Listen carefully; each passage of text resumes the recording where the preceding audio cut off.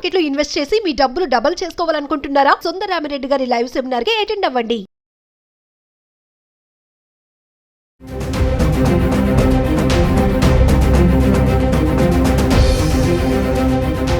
నమస్తే, welcome back to Suman TV. ప్రస్తుతం మనతో పాటు ఉన్నారు consumers affairs committee chairman Mandadi Krishna Reddy గారు. నమస్తే సార్. నమస్తే అమ్మా. సార్, ఒక విషయం అంటే మనం రీసెంట్గా మాట్లాడుకుంటే అనుకున్నాం, ఎటొచ్చి సమస్య హై క్లాస్ వాళ్ళకి లో క్లాస్ వాళ్ళకి ఉండదు, మిడిల్లో ఉంటారు చూసారు, వాళ్ళకి సమస్య. ఏదైనా సరే, అది ఉద్యోగమే కానీ, పిల్లల చదువులే కానీ, ఫ్యూచరే కానీ, ఏదైనా సరే. అది ఇప్పుడు చూసుకుంటే మిడిల్ క్లాస్ వాళ్ళకి అంటే ఉద్యోగాలు, ఫ్యూచర్లో ఉద్యోగాలు దొరకవు, ఉద్యోగాలు రావు, లక్షల్లో జీతాలు అంటే చాలా కష్టం. ఒక పక్క ట్రంప్ అందరినీ పంపించేస్తున్నాడు వెనక్కి. మరి వాళ్ళంతా ఇక్కడికి వచ్చేస్తే మరి ఇక్కడున్న వాళ్ళకి ఉద్యోగాలు, వచ్చిన వాళ్ళకి ఉద్యోగాలు, ఇవన్నీ కుదిస్తే చాలా ఉద్యోగాలు పోతున్నాయి అక్కడ. అంటే మరి పేరెంట్స్ ఎలాంటి దృష్టిలో పెట్టుకొని పిల్లల్ని చదివించుకోవాలి అంటారు? అంటే మామూలుగా చూసుకుంటే నువ్వు డాక్టర్ అవ్వాలి, నువ్వు ఇంజనీర్ అవ్వాలి, నువ్వు సాఫ్ట్వేర్ అవ్వాలి, నువ్వు ఐటీ ఎంప్లాయీ అవ్వాలి, లేకపోతే మంచి కట్నాలు రావాలి, ఇలా ఆలోచిస్తూ ఉంటారు ప్రతి ఒక్క పేరెంట్ కూడా. మరి ఇలా ఇప్పుడు ఉద్యోగాలు లేవు అని తెలిసే టైంలో మరి మనం పిల్లల్నే కానీ ఎలా ప్రోత్సహించాలని, వాళ్ళ చదువులు ఎలా ఉండాలంటారు? ఓవరాల్గా దీని గురించి ఏం చెప్తారు సార్? చాలా గుణాత్మకమైన మార్పు రావాల్సిన పరిస్థితులు ఏర్పడ్డాయి.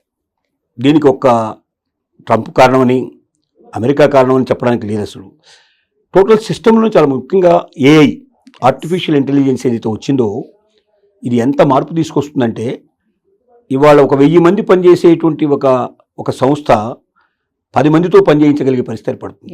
990 ఉద్యోగాలు తీసేసి స్టేజ్కి వస్తుంది. ఎందుకంటే ఈ 990 మంది ఏం చేస్తున్నారో ఆ పని అంతా కూడా ఏఐ చేసేస్తుంది, ఒకటి చేసేస్తుంది, రోబో. దానికి మనం ఇన్స్ట్రక్షన్ ఇస్తే ఆ ఇన్స్ట్రక్షన్ ప్రకారం మొత్తం చేసేసి వీళ్ళు చేసే పని అంతా కూడా అక్కడ చేసి రెడీగా పెడుతుంది. వీళ్ళకన్నా స్పీడ్గా చేస్తుంది, వీళ్ళకన్నా ఎక్యురేట్గా చేస్తుంది.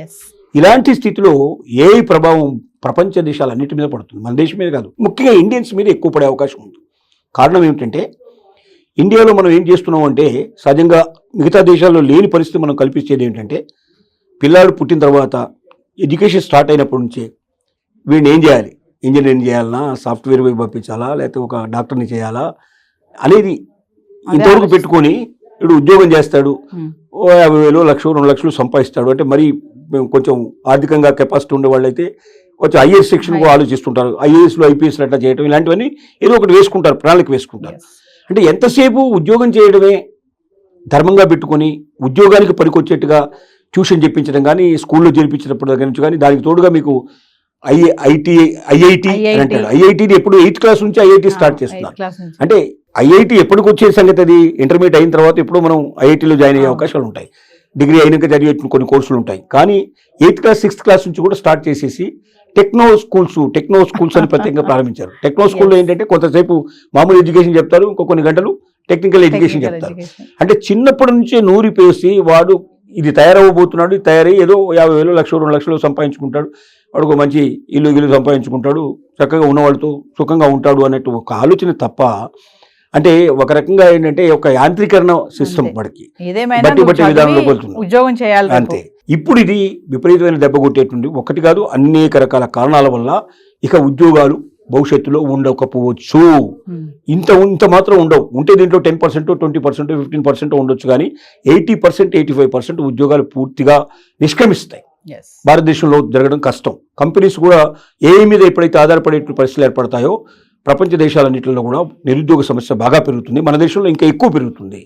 ఈ ఎక్కువ పెరిగే నిరుద్యోగిని మనం ఏ రకంగా కంట్రోల్ చేయాలంటే, చిన్నప్పటి నుంచే వాడికి ఒక ఎంటర్‌ప్రెన్యూర్‌షిప్, అంటే వాడే ఒక పారిశ్రామికవేత్తగా, వాడే ఒక ఏదైనా ఒక స్వయం ఉపాధి కానీ, ఇంకో రకంగా కానీ ఒక ఉద్యోగాలు క్రియేట్ చేయడం, ఒక ఇండస్ట్రీ తయారు చేయడం కానీ, లేదా ఒక ఏదైనా దాని నుంచి ఉత్పత్తి అయ్యేటువంటి ఆలోచన చేయడం కానీ, ఇటువైపు వాళ్ళని మనం మళ్లించగలిగితే, ఇప్పుడు గొప్ప పారిశ్రామికవేత్తలు కూడా చాలా చిన్న లెవెల్ నుంచి వచ్చిన వాళ్ళే.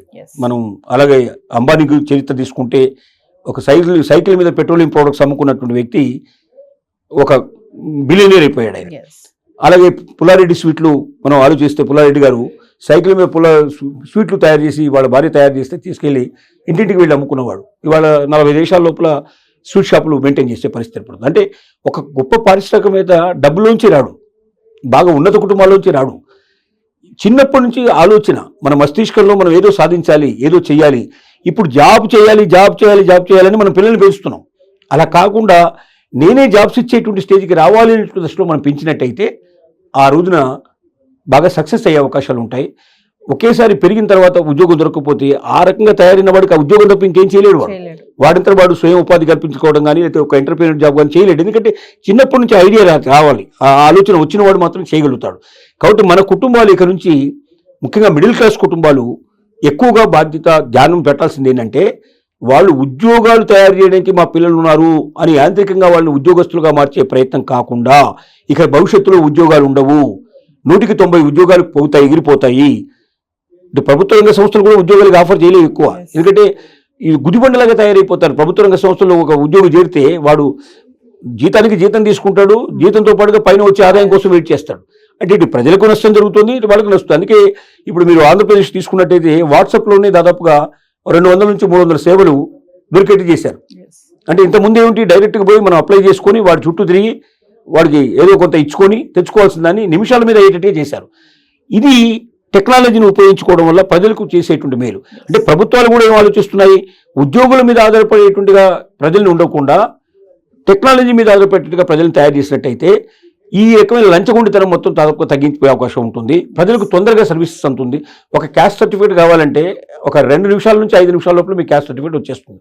మీ మార్క్ లిస్ట్ కావాలంటే ఒక 2 మినిట్స్ 5 మినిట్స్ మార్క్ లిస్ట్ వస్తుంది. అంటే ఇంత క్విక్గా ఇంట్లోంచి కదలకుండా దానికి ప్రిస్క్రైబ్డ్ అమౌంట్ ఏముందో కొన్నిటికి అమౌంట్ ఉంటుంది, కొన్నిటికి అమౌంట్ ఉంటుంది, అది కట్టేసిస్తే మీకు 5 నిమిషాల్లో 10 నిమిషాల్లో మీకు రిజల్ట్ వచ్చేస్తుంది. అంటే ప్రభుత్వాలు కూడా ఉద్యోగులు చేయలేంత వరకు తగ్గించుకోవాలని ప్రయత్నం చేస్తుంది.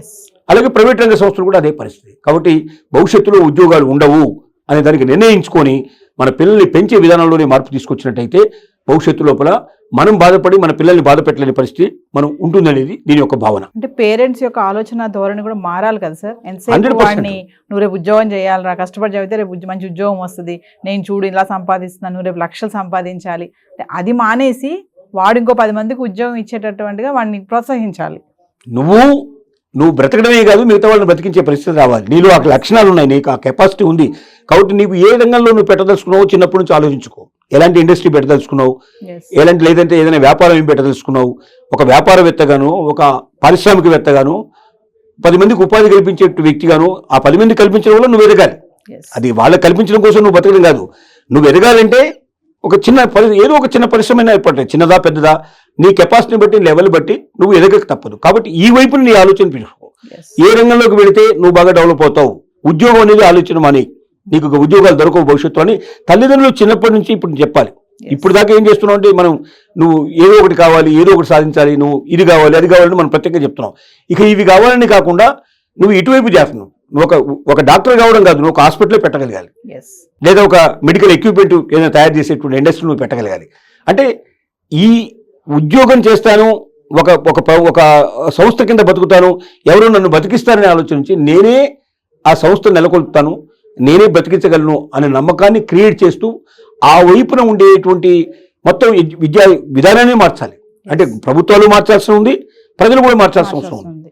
ఆ వైపున వచ్చిన రోజున మన భారతదేశంలో మళ్ళీ అందరూ జనం సంతోషంగా ఆనందంగా ఉండే అవకాశం ఉంటుంది. కానీ ఇప్పుడున్న సిస్టమ్ కంటిన్యూ చేస్తే మాత్రం అటు ఉద్యోగం రాదు, ఇటు వాడు పారిశ్రామికవేత్త మారలేడు, ఏ బిజినెస్ చేయలేడు, చివరికి అన్ని రకాలుగా నష్టపోయే ప్రమాదం ఉంది. ఇంకా లక్షల్లో జీతాలు రావాలి అంటే ఇక ఐటీ జాబ్స్, ఐటీ అంటే ఇక మీరు అన్నట్టుగా ఏఐ చెక్ పెట్టేస్తుంది.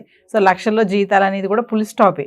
మీరు అన్నట్టుగా ఎంటర్ప్రీనర్ అవ్వాలి, అలాగే చదువుకోవాలి కూడా. అసలు ఏ ఉద్యోగాలు దొరకని పరిస్థితి ఏర్పడుతుందని కూడా పరిస్థితి. అంటే చిన్న ఉద్యోగాలు దొరుకుతాయి, ఇవి ఎప్పుడు ఉండేవి. లేబర్ సంబంధించిన లేకపోతే 3rd class 4th class employees ఎక్కడైనా కావాల్సి ఉంటుంది. దాన్ని ఎవరు ఫుల్ఫిల్ చేయలేదు, ఏఐ కూడా ఫుల్ఫిల్ చేయలేదు. ఫైల్స్ ఇక్కడ నుంచి అక్కడికి వెళ్ళాలంటే ఏఐ మోసుకుపోలేదు కదా, రోబోలను పెట్టేసి ఈ ఫైల్స్ అన్ని అక్కడ చెప్పడం అంత సులభమైన విషయం కాదు. కాబట్టి చిన్న ఉద్యోగాలు ఉంటాయి. కానీ అంబిషన్ ఎవరికైతే ఉంటుందో, నేను ఒక పెద్ద ఉద్యోగం సంపాదించాలి, లక్షల్లో నాకు జీతం రావాలని కోరుకున్న వాళ్ళు, కనీసం 50,000 నుంచి పైన నాకు జాబ్ రావాలనుకునే వాళ్ళు ఇక భవిష్యత్తులో ఉండకపోవచ్చు. 90% జాబ్స్ మొత్తం కంప్లీట్గా ఆవిరైపోతాయి. దానికి కారణం ఆర్టిఫిషియల్ ఇంటెలిజెన్స్ ఒకటి. ఇలాంటి అమెరికాను ఇప్పుడు యూరోపియన్ కంట్రీస్ అన్ని కూడా తీసుకున్న నిర్ణయాలు, మా దగ్గర బతకడానికి రావద్దు, మీరు మా దగ్గర ఉద్యోగాలు వద్దు, మా వాళ్ళకే ఉద్యోగాలు ఇస్తామని తీవ్రమైన నిర్ణయం తీసుకొని దాని ప్రకారం ప్రయాణం చేస్తున్నాయి. కాబట్టి ఈ పెద్ద దేశాలు, అభివృద్ధి చెందిన దేశాలు తప్ప మామూలు దేశాలు అయితే మనకన్నా చాలా తక్కువ స్థాయిలో ఉండే దేశాలకు మనం వెళ్ళినా పెద్ద ఉపయోగం ఉండదు. కాబట్టి ఖచ్చితంగా ఇప్పటి నుంచి ప్రణాళికలు మారాలి. ముందు తల్లిదండ్రుల ఆలోచనలో మార్పు రావాలి. వాళ్ళలో మార్పు వస్తే వాళ్ళు పిల్లల్లో మార్పు తీసుకొచ్చే ప్రయత్నం చేస్తారు. అలాగే ఉపాధ్యాయుల ఆలోచనలో మార్పు రావాలి. పిల్లవాళ్ళకి చెప్పేటప్పుడే మీరు ఇలా తయారు కావాలని వాళ్ళు ఉద్బోధన చేయాలి. ఆ రకమైన అంబిషన్స్ తోటి ముందుకెళ్ళగలిగితే డెఫినెట్గా మనం సక్సెస్ అయ్యే అవకాశాలు ఉంటాయి. Thank you.